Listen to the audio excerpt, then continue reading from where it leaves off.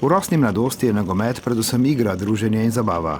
Vseeno pa kmalu dobi tudi prve pridihe tekmovalnosti.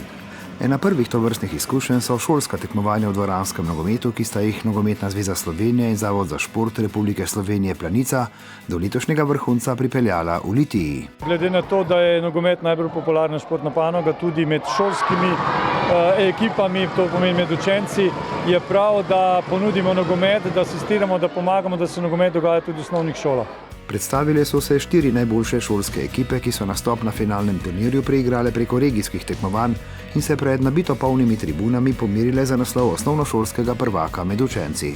Vzgojni vidik šolskih športnih tekmovanj je tisti, ki je najpomembnejši in ga otroci lahko doživijo le v okviru šole. Prireditev je pa koristna ne samo iz nogometnega vidika, ampak angažira ponovadi celo šolo, od kulturnih krožkov, modelarskih, ne vem kaj se predstavljajo, pevskih in tako naprej. Na prvi polfinalni tekmi turnirja je bila ekipa prve osnovne šole Žalec 7:1 boljša od osnovne šole Franja Goloba Sprevalj.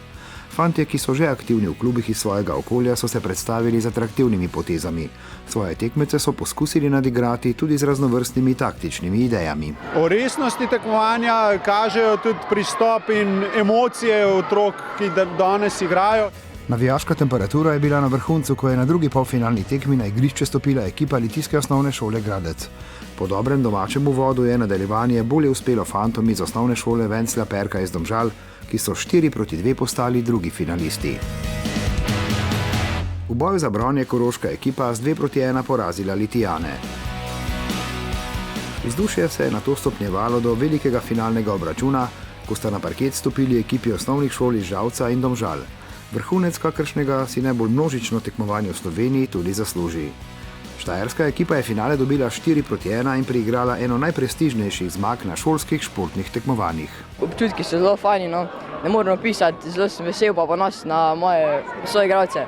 Dobro smo delali, pa fajn smo se borili. No.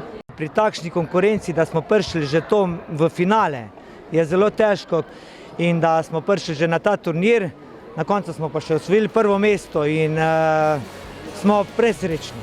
Uspeh seveda za vse 4 ekipe, ki so se v konkurenci več kot 450 šolskih ekip prebile na turnir najboljše četverice, na katerem so drugo mesto osvojili Domžalčani. Mi smo šli vsako tekmo čvrsto, hoteli smo zmagati, na koncu malo sreče nam zmanjkalo, sodelovanje mislim, da je bilo dobro. Sodelovanje in druženje je tudi sicer pomembno vodilo tekmovanja, katerega temeljno sporočilo je: ostanite zvesti športu, tudi če ne boste v nogometu, v glavnem iztočnico se mi zdi, da imajo dobro. Takšen je tudi izziv, ki jih bo peljal naprej. Življenjski poti, ki ima športne temelje, se ni treba bati za prihodnost.